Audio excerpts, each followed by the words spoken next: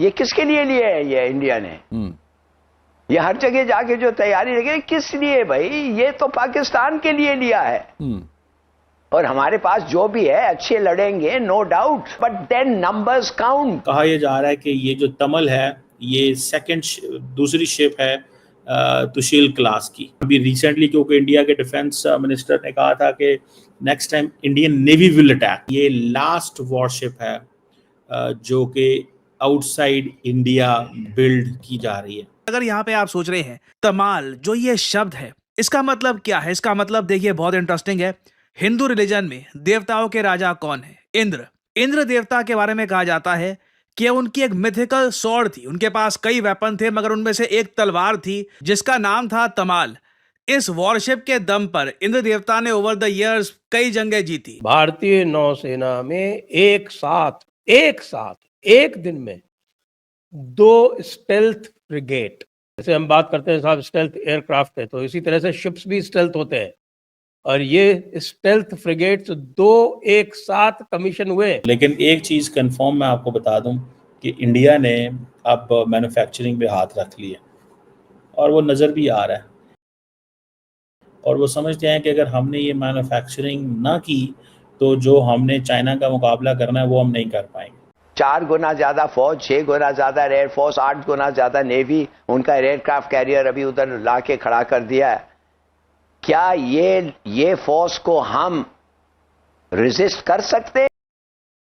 दोस्तों नमस्कार। भारत को अपना आखिरी वॉरशिप आईएनएस तमाल मिलने जा रहा है रशिया से, जो हमारा आखिरी वॉरशिप होगा जो हम बाहर से मंगवाएंगे। अब इसके बाद जितने भी वॉरशिप होंगे वो हम खुद बनाएंगे। और आईएनएस तमाल की वीडियो खुद इंडियन नेवी ने जारी की है जिसमें सब बताया गया है कि कितनी ज्यादा एडवांस वॉरशिप है ये। और इसका नाम तमाल इसलिए रखा गया है क्योंकि तमाल देवताओं के राजा इंद्रदेव की तलवार का नाम था और उसके दम पर उन्होंने कई वॉर जीते थे। हमें बस यही पता था कि उनके पास वज्र नाम का हथियार था, लेकिन मुझे भी पहली बार पता चला कि तमाल नाम का भी कोई नाम है हिंदू हिस्ट्री में, और वज्र के नाम पर तो हमारे पास ऑलरेडी वाहन है ही। हमें बहुत गर्व होता है जब हमारी आर्मी हमारे सभी जेट्स, मिसाइल्स, वॉरशिप या कोई वेपन हो उनके नाम भगवान के नाम पर रखती है। इस वॉरशिप के आने के बाद अमेरिका बहुत गुस्सा हो रहा है क्योंकि रशिया उनका दुश्मन है और हम उसी से ऑयल भी लेते हैं और वेपन भी लेते हैं। तभी तो उसने एक बिल पेश किया है अपनी पार्लियामेंट में कि चाइना और भारत पर 500% टैरिफ लगाओ, क्योंकि हम रशिया से डील करते हैं। और हो सकता है कि बिल पास भी हो जाए, लेकिन उससे भारत को कोई फर्क नहीं पड़ता। हमें पहले अपनी कंट्री का सोचना है। और पाकिस्तान भी डरा हुआ है वॉरशिप देखकर, क्योंकि पाकिस्तान के पास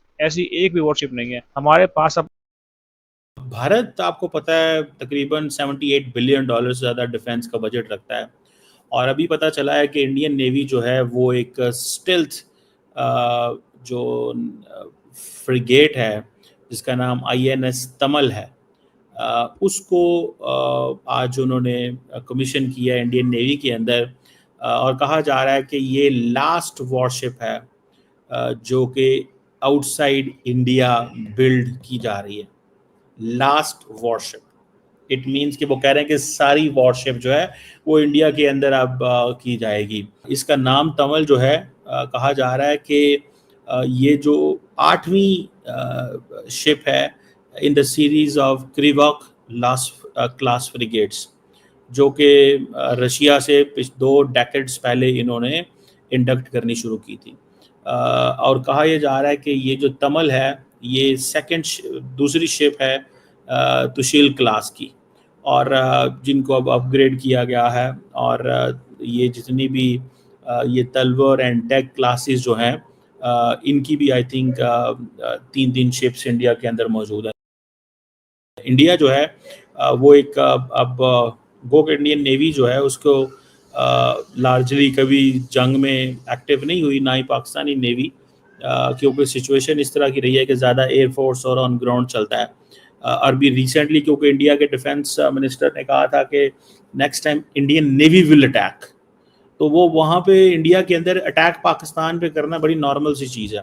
और अगर पाकिस्तान ये चीज़ करेगा तो इंडिया उसको कहेगा देखें पाकिस्तान के मिनिस्टर क्या बातें कर रहे हैं, लेकिन इंडिया के अंदर अटैक करना मतलब मसला ही कोई नहीं है। It's so easy. वहाँ पे वो कहेंगे हम इस डिवाइस पे हमला करेंगे, इस डिवाइस से हमला करेंगे। मुझे ज़ाती तौर पे ये लगता है, या मेरी जो अप्रोच है वो ये है कि इंडिया अब ज़्यादा आत्मनिर्भर भारत की बात कर रहा है कि हमें डिफेंस मैन्युफैक्चरिंग सारी की सारी इंडिया के अंदर करनी है।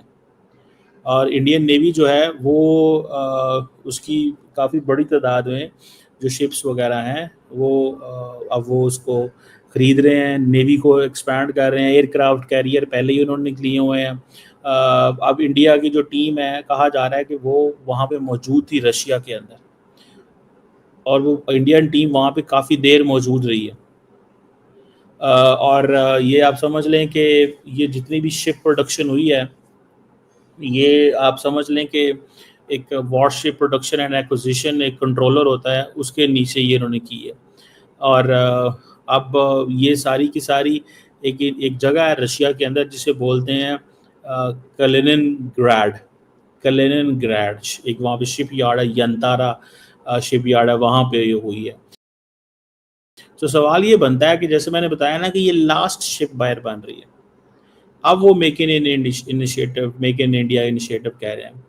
और इस शिप की भी अगर मैं आपको इंटरेस्टिंग बात बताऊं, कहा जा रहा है कि इस शिप के अंदर जो 26% जो कंपोनेंट्स हैं वो इंडिया कहता है जी हमारे अपने हैं, जिसमें ब्राह्मोस मिसाइल, ठीक है, जो कि लॉन्ग रेंज क्रूज मिसाइल है, जो कि समंदर और लैंड दोनों पे हमला कर सकता है। और इसमें इन्होंने काफ़ी ज़्यादा अपग्रेडेशन की सेंस में कि जितनी भी वर्टिकल लॉन्च जो सरफेस टू एयर मिसाइल हैं, और इसी तरह 100 mm गन भी इसके अंदर है, और भी काफ़ी सिस्टम हैं। हैवी वेट इसके अंदर टॉर्पेडोज़ भी हैं, क्योंकि टॉर्पेडोज़ नॉर्मली सी टारगेट्स पे हिट करने के लिए होते हैं। तो ये फिर ये urgent attack anti submarine rocket भी लॉन्च कर सकती है, कि अगर इधर इनको पता चल जाए कि सबमरीन बहुत करीब है, तो अर्जेंट अटैक करना हो तो ऐसे रॉकेट भी इसके अंदर होंगे। और सर्वेलेंस भी किसी हद तक कर सकती है, फायर कंट्रोल, बाकी छोटी मोटी चीज़ें जो इसके अंदर हर एक जहाज़ के अंदर होती हैं। तो ये इंडियन नेवी जो है वो ये कह रही है कि ये हमारे लिए बड़ी फोर्स मल्टीप्लायर है, क्योंकि ये एक एयर अर्ली वार्निंग और मल्टी हेलीकॉप्टर जो है वो भी इसके अंदर होंगे, ठीक है जी, जो इसके डेक के ऊपर से ऑपरेट कर सकेंगे। उसके ऊपर 200-250 बंदा भी होगा। सो असल में तो जो चीज़ समझने वाली है कि लास्ट है, आत्मनिर्भर भारत को देखते हुए इन्होंने 26% चीज़ें जो हैं वो अपनी डोमेस्टिक प्रोडक्शन में डाली हुई हैं। और जिसे वो कहते हैं ना, ये इंडो रशियन जो कोऑपरेशन है, इसमें सारी बात है, अमेरिकन भी इसको देख रहे हैं, और उनको तो वट चढ़ते हैं अमेरिकन को, जब वो पता उनको गुस्सा आता है कि यार ये हमारे दोस्त अच्छे हैं, सारा कुछ तो लेते हैं, तो ये क्या चीज़ है। समझ रहे हैं आप बात, कि ये हैं हमारे दोस्त अमेरिका के, बिजनेस सारा रशिया को देते हैं, ठीक है, बिजनेस वहाँ देना है, यारियाँ हमसे लेनी है।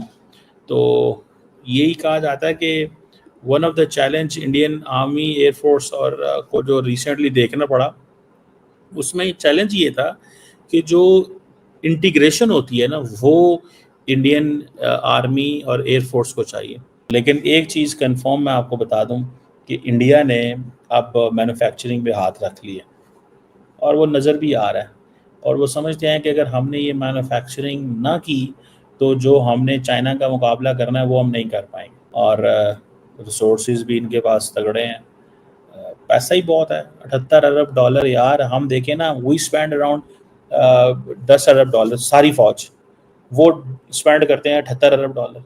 तो आप वहीं से अंदाज़ा लगा लें क्या करना है और क्या नहीं हमने करना।